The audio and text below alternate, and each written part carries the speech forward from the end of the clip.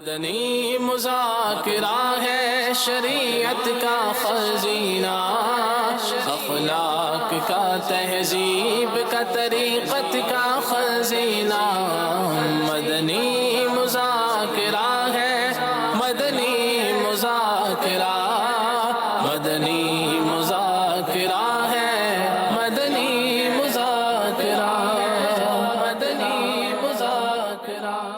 الحمدللہ رب العالمین والصلاة والسلام علی سید المرسلین، اما بعد فاعوذ باللہ من الشیطان الرجیم، بسم اللہ الرحمن الرحیم، الصلاة والسلام علیک یا رسول اللہ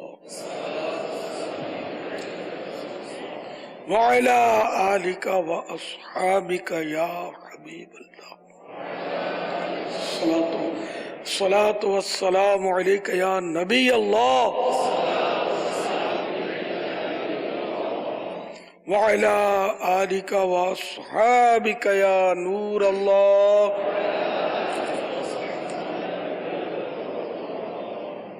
نویت سنت الاعتکاف۔ جب کبھی داخل مسجد ہونے کی سعادت پائیں، اعتکاف کی نیت ضرور فرمائیں۔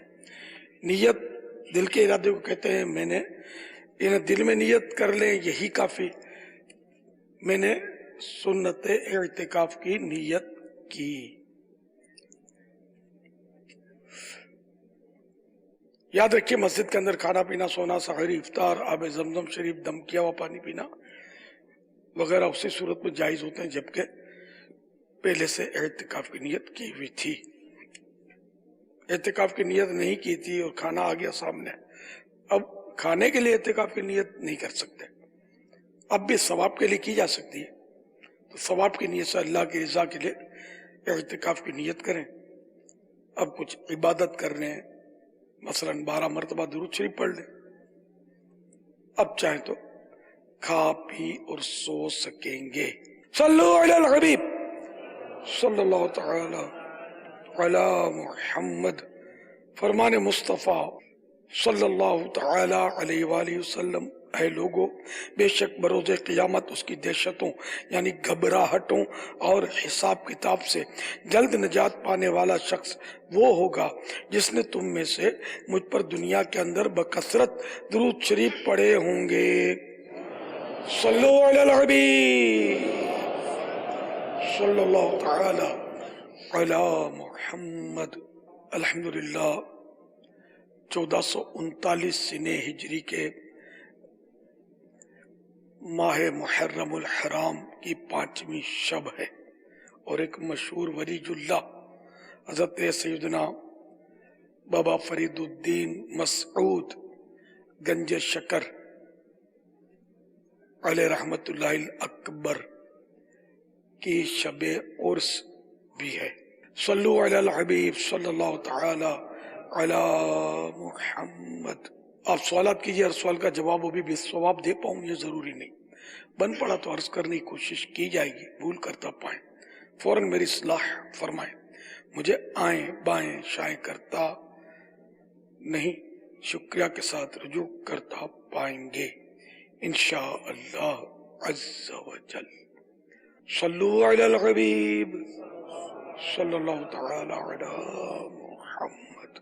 امیل سنت کے آفیشیل فیس بک کا جو پیج ہے، اس پر جو ہمیں سوالات موصول ہوئے ہیں، ان میں محمد حسنین ہیں، یہ کہہ رہے ہیں کہ میں درس و بیان کرتا ہوں، میری زبان میں لکنت ہے جس کی وجہ سے میں گھبراتا ہوں، اور بعض لوگ مجھ پر ہنستے اور مذاق بھی اڑاتے ہیں، اعلیٰ حضرت کے واسطے میری پریشانی دور کیجیے۔ اللہ تعالیٰ آپ پر رحمت کی نظر فرمائے۔ اس میں ایسا ہے کہ جو اس طرح لکنت ہے، نہیں پڑھ سکتا، پھر بھی قرآن کریم پڑھتا ہے، اس کو ڈبل ثواب ملتا ہے۔ حدیث پاک میں یہ مضمون موجود ہے، دشوار ہو پڑھنا زبان کی لکنت کی وجہ سے تو ڈبل ثواب ہے۔ باقی یہ کہ جو لوگ ہنستے ہیں وہ برا کرتے ہیں کہ اس طرح ایک مسلمان کی دل آزاری ہوتی ہے، ہنسنا نہیں چاہیے، اس کا مذاق اڑائیں گے تو گناہگار بھی ہوں گے، اور کیا بعید کہ اس کی زبان صحیح ہو جائے جس کی زبان میں لکنت ہے، اور آپ ہنسنے والوں کی زبان میں لکنت آ جائے. وہ ہے نا مقولہ بھی ہے، من ضحک ضحک، یعنی جو دوسروں پر ہنستا ہے لوگ اس پر ہنسیں گے. یہ ہے خطرے کی گھنٹی. کسی بھی مسلمان میں اگر کوئی لکنت ہے، کوئی نقص ہے، نابینا ہے، ہاتھ پاؤں سے معذور ہے، اس کا مذاق اڑانا، توبہ توبہ. جو بھی ہوا اللہ تعالیٰ کی طرف سے ہوا، جیسا بنایا اسی نے بنایا، تو مذاق نہیں اڑانا چاہیے، توبہ کرنی چاہیے. توبہ بھی کریں اگر مذاق اڑایا تو، اور اس سے معافی بھی مانگے جس کا آپ نے مذاق اڑایا اور اس کو پتا ہے کہ آپ نے مذاق اڑایا، تو اس کا دل دکھا، جب پتا چلے گا دل دکھے گا، اس سے معافی بھی مانگے. بلکہ پیچھے سے بھی کسی کے بارے میں اس طرح کی بات کرنا، اس میں جو عیب ہے، تو یہ بھی غیبت ہوتی ہے. اچھا، اب زبان میں لکنت کیسے دور ہو؟ تو اس کے لیے مدنی پنسورہ پیج نمبر 238 پر ایک طریقہ لکھا ہے، روحانی علاج. فجر کی نماز پڑھ کر ایک پاک کنکری منہ میں رکھ کر یہ آیتیں 21 مرتبہ پڑھیے.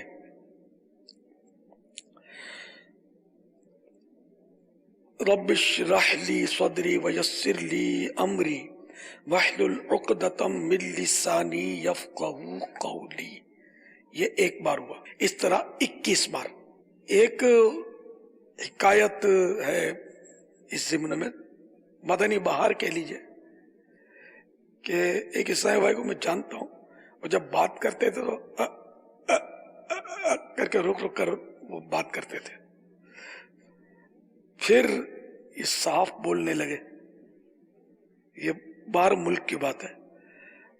تو پھر انہوں نے مطلب مجھے اس کا بتایا سبب. بہت پرانی بات ہے، برسوں پرانی بات، کہ مکتبۃ المدینہ کے بیانات کی کیسٹیں یہ لیتے، بیان کا ان کو شوق. تو انہوں نے مجھ سے کہا کہ میں کیسٹ چلاتا، اور جس طرح کیسٹ میں بیان ہے نا، الحمدللہ اور جو بھی پڑھا ہے، مطلب وہ سب میں اسی انداز سے نکالنے کی کوشش کرتا تھا، اور میں یہ رٹتا تھا. تو یوں آہستہ آہستہ میری زبان کی گرے کھل گئی ہے. اب مجھے مرکزی بیان دلا دو. پہلے بیان جو ایک تو دوسرے پہلا بیان ہوتا تھا، پھر دوسرا بیان ہوتا تھا ہفتہ وار اجتماع، اس کو مرکزی بیان بولتے تھے. یہ یہاں تشریف بھی لائے تھے اور میلاد ہال میں بھی انہوں نے بیان کیا، تھوڑا سا بیان کر سنایا تھا. آپ کے حضور حاضر بھی ہوئے تھے، واقعہ بھی بیان کیا تھا انہوں نے. بہت پرانے سے میں اس کو مطلب میں جانتا ہوں. بیچارے بات کرتے ہوئے وہ اٹک کر وہ بیچارے رک جاتے ہیں کر کے، وہ اس طرح اللہ کی شان ہے. تو یہ بھی درس اور بیان کر رہے ہیں اسلامی بھائی، تو یہ بھی اگر اس طرح پہلے خوب رٹیں گے نا، تو ہو سکتا ہے کہ اس کی برکت سے اس کی گانٹھ بھی زبان کی کھل جائے. اور آپ کو ورد بھی عرض کیا ہے تو اس پر بھی توجہ دیں. مدنی پنسورہ پیج نمبر 238. واللہ تعالی اعلم ورسولہ اعلم عز وجل وصلی اللہ تعالی علیہ وآلہ وسلم. صلو علی الحبیب صلی اللہ تعالی علی محمد. آج کل کثیر معاملات میں بندش کا کہا جاتا ہے. یہ بندش کیا ہوتی ہے، اور کیا یہ خود ہی ہو جاتی ہے یا کوئی کرتا ہے؟ وہ جادو، سحر کا تو وجود ہے، تو قرآن سے ثابت ہے. یہ سحر مانے جادو، میجک، جادوئی. میجک مانے تو جادوئی. چلو جو کہنا چاہتا ہوں شاید سمجھ گئے ہوں گے جو انگریزی جانتے ہیں. تو اس کا وجود قرآن سے ثابت ہے. جادو کا مطلقاً انکار کرنا یہ کفر ہوا، جو قرآن سے ہی ثابت ہے. اچھا، اب اس کے نام مختلف زبانوں میں ہوتے ہیں. جیسے میں نے جادو، یہ فارسی کا لفظ ہے، سحر عربی کا لفظ ہے، تو انگلش میں وہ میجک یا اس طرح کا ہے کچھ. اس کو میلہ بھی بولتے ہیں،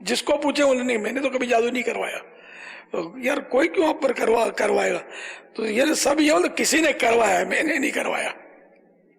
تو عام طور پہ لوگوں کو نہیں ہوتا جادو کروانے کا اتنا ذہن اور نقصان پہنچانے کا، اس طرح کسی کو تباہ کرنے کا. رحم کا مادہ اللہ نے رکھا ہے، بندے کو ایک دوسرے پر رحم آتا ہے نا. بخار بھی اگر کوئی زیادہ آ جائے تو آدمی کو یوں نفسیاتی طور پہ بھی رحم آتا ہے کہ یار بیچارے کو بخار آ گیا. تو کوئی کسی کو کیوں یار جادو کروا کے اس کا کنڈا کرے گا، اس کو تکلیف میں ڈالے گا کہ بستر پہ آ جائے اور تڑپتا رہے. تو کسی کے بارے میں ہم کو شبہ نہیں کرنا چاہیے. البتہ اوراد و وظائف جو ہوتے ہیں وہ پڑھتے رہنے چاہیے، تعویذ بھی پہننا چاہیے، اس میں کوئی حرج نہیں ہے حفاظت کے. تو کسی کو شک نہیں کرنا چاہیے کسی پر. واللہ تعالی اعلم ورسولہ اعلم عز وجل وصلی اللہ تعالی علیہ وآلہ وسلم. صلو علی الحبیب صلی اللہ تعالی علی محمد وعلی آلہ وصحبہ وبارک وسلم. بنت مقصود عطاریہ ہیں اسلام آباد سے. دعا میں دونوں ہتھیلیوں کے درمیان جو فاصلہ ہوتا ہے تو کوئی کہتا ہے تمہاری دعا نیچے گر گئی ہے، اس بارے میں رہنمائی فرمائیں. لا حول ولا قوت الا باللہ. نماز میں جو دعا پڑھتے ہیں التحیات، درود ابراہیم، اس کے بعد دعا پڑھتے ہیں تو ہتھیلیاں کہاں اٹھی ہوتی ہیں. سورۃ الفاتحہ یہ بھی دعا ہے، نماز میں پڑھتے ہیں کہاں ہتھیلیاں اٹھی ہوتی ہیں. تو یوں ویسے اس کے علاوہ جو ہم دعا مانگتے ہیں اس میں ہاتھ اٹھانا سنت ہے. تو دعا کوئی مادی شے نہیں ہے، جیسے یہ مادی چیز ہے، یہ گری تو یہ گیپ میں سے گر گئی، تو ایسی شے نہیں ہے. تو اس سے مطلب بیچ میں سے گرنے کا یہ کسی نے معاذ اللہ یا تو جہالت کی بنا پر کہا یا مذاق اڑایا ہے. مذاق اڑانا بڑا خطرناک ہے، مزاح معلوم ہوتا ہے بابا، بڑا خطرناک ہے یہ. تو دعا تو واللہ اعلم. اللہ قرآن میں بھی دعائیں ہیں، حدیثوں میں بھی دعائیں ہیں. اللہ کے پیارے حبیب صلی اللہ تعالی علیہ وآلہ وسلم کی سنت ہے دعا. اللہ کا حکم ہے کہ دعا مانگو، مصطفیٰ کا حکم ہے کہ دعا مانگو صلی اللہ تعالی علیہ وآلہ وسلم. توبہ استغفر اللہ، توبہ کرنی چاہیے. یہ ایک برکت اس میں ہوتی ہے. یہ جو ہاتھ پھیرتے ہیں نا، یہ بھی سنت ہے دعا کے بعد ہاتھ پھیرنا منہ پر، چہرے پر، کہ یہ برکت جو آئی ہے یہ ہمارے چہرے کو اس کی برکت پہنچے. ابا یہ پڑھا تھا کہ ایک بزرگ رحمت اللہ تعالی علیہ نے سخت سردی میں دعا کی، اور سردی اتنی تھی کہ وہ دوسرا ہاتھ، دونوں ہاتھ کے بجائے ایک ہاتھ نکالنے میں کامیاب ہوئے، دوسرا ہاتھ وہ سردی کے سے نکال نہیں پائے ٹھنڈ کی وجہ سے. رات سوئے تو دیکھا تو کہ ایک ہاتھ نور سے بھرا ہے اور ایک ہاتھ خالی ہے. تو کسی نے کہنے والے نے کہا کہ جو ہاتھ تو نے ہماری طرف بڑھایا ہم نے اس کو نور سے بھر دیا. صلو علی الحبیب صلی اللہ تعالی علی محمد. سگے عطار منظور حسین عطاری اٹلی سے عرض کر رہا ہوں. یا سیدی یہ ارشاد فرمائیے، یہ جو حدیث سے پاک میں ہے کہ مسواک منہ کی صفائی اور رب تعالیٰ کی رضا کا سبب ہے، کیا یہ مطلقاً رب تعالیٰ کی رضا کا سبب ہے یا اس میں کچھ تفصیل ہے؟ رہنمائی فرما دیجیے. جزاک اللہ خیرا و احسن الجزاء. بے حساب مغفرت کے لیے دعا کیجیے گا. مفتی احمد یار خان علیہ رحمت الحنان نے اس حدیث پاک کے تحت لکھا ہے کہ اگر اللہ کی رضا کی نیت سے مسواک کریں گے تو یہ اللہ کی رضا کا سبب ہے، یعنی اللہ راضی ہوگا. اور اگر یہ نیت نہیں ہے، صرف مسواک کریں گے تو یہ فضیلت اسے حاصل نہیں ہوگی، راہ منہ کی صفائی. تو نیت کے بغیر بھی اگر مسواک کی تو منہ کی صفائی والے جو بھی طبی فوائد ہیں وہ حاصل ہوں گے. واللہ تعالی اعلم ورسولہ اعلم عز وجل وصلی اللہ تعالی علیہ وآلہ وسلم. صلو علی الحبیب صلی اللہ تعالی علی محمد. فیضان مسواک جاری رہے گا. جس کے پاس نہیں ہے جلدی جلدی حاصل کر لیں. مسواک یہ ہمارا وہ مدنی ہتھیار ہے کہ شیطان کی خیر نہیں ہے.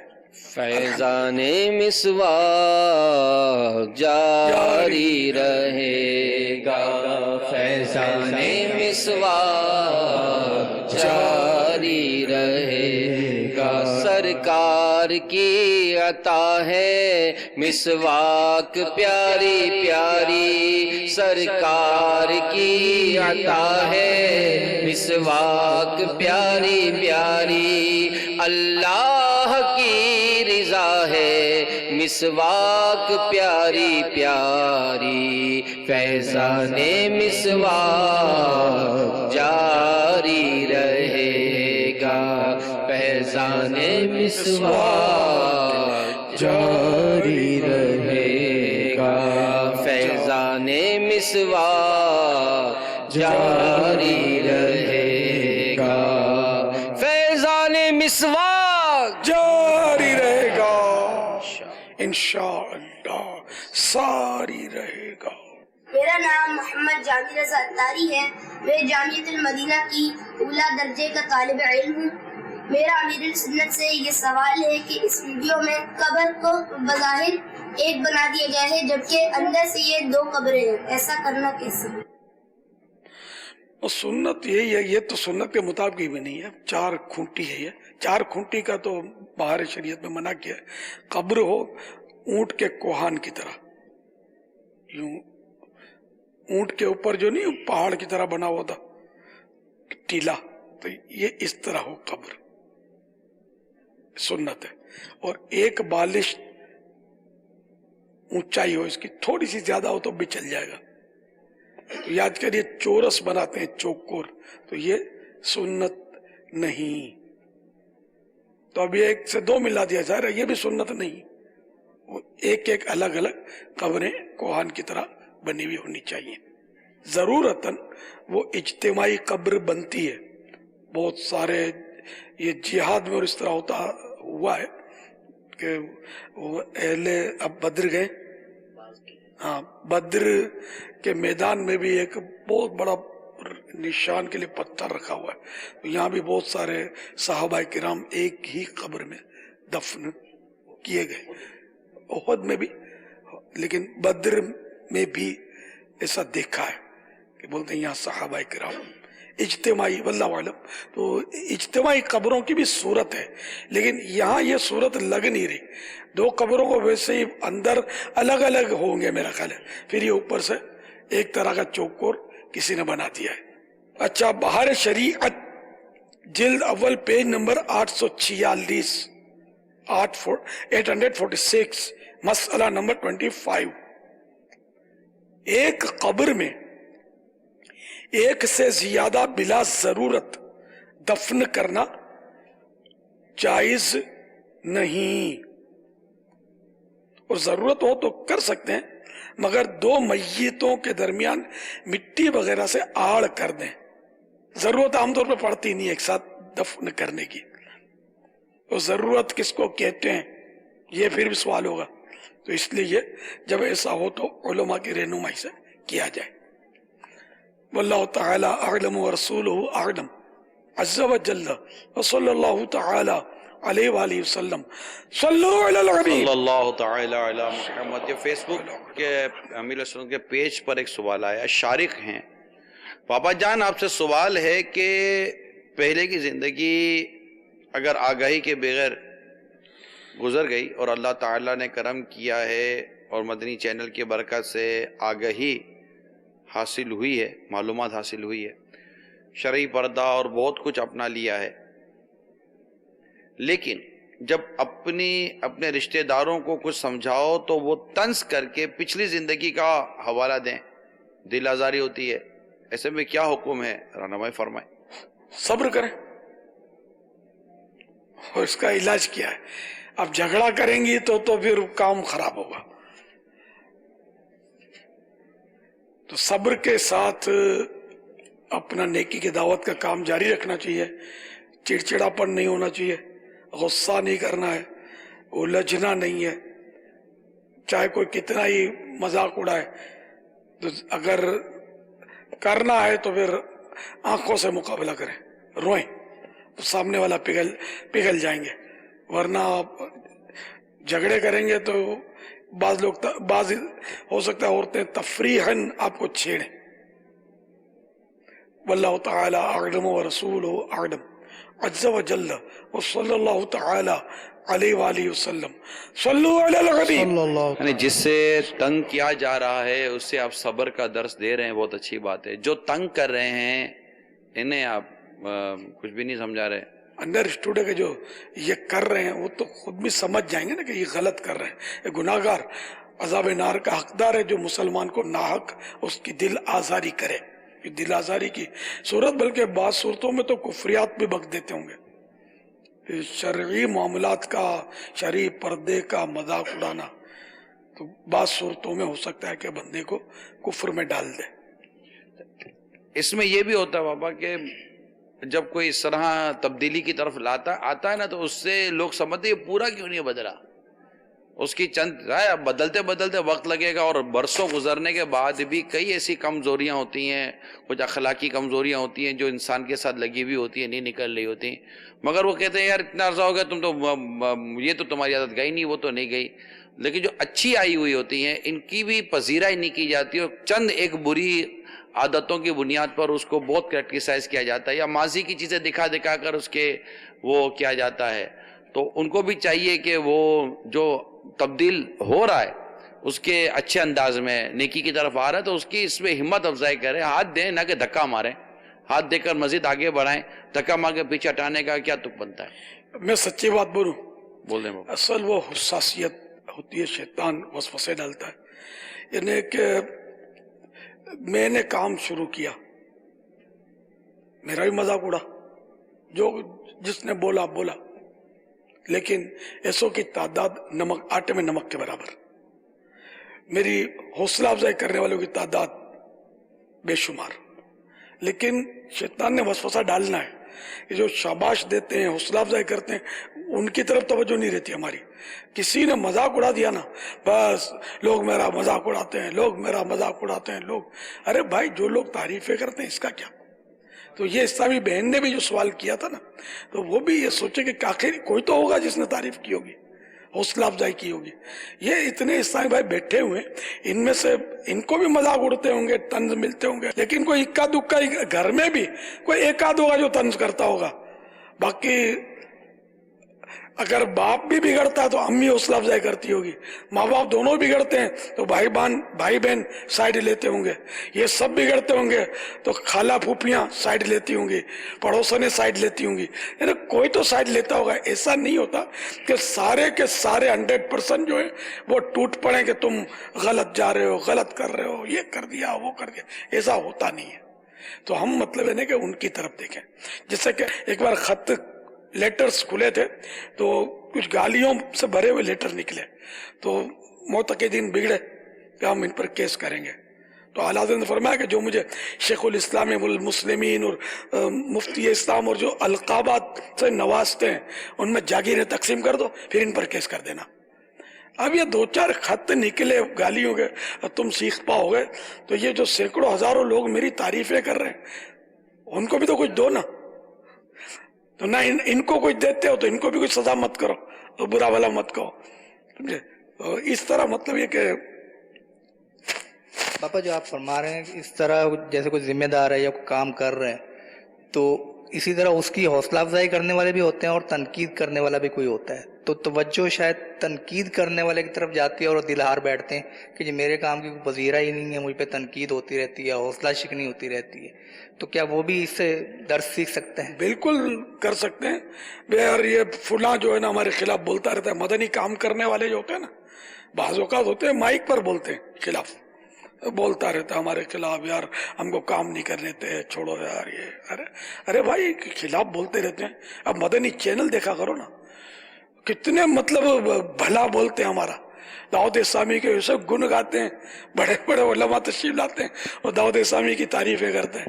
تو اگر کسی جگہ کوئی مخالفت کر بھی رہا ہے تو آپ پورے علاقے پہ نظر ڈال لو تو کئی جگہ ایسے ہوں گے معزز افراد جو آپ کی تعریف کرتے ہوں گے کہ ماشاءاللہ اس کو نمازی بنا دیا، وہ جو اوباش اور بدماش تھا ہمارے علاقے میں اس کو ان لوگوں نے امامہ بنوا دیا. بھائی ماشاءاللہ انشاءاللہ وہ ایسی تعریفیں کر رہی ہے. کوئی آپ کو نظر نہیں آتا.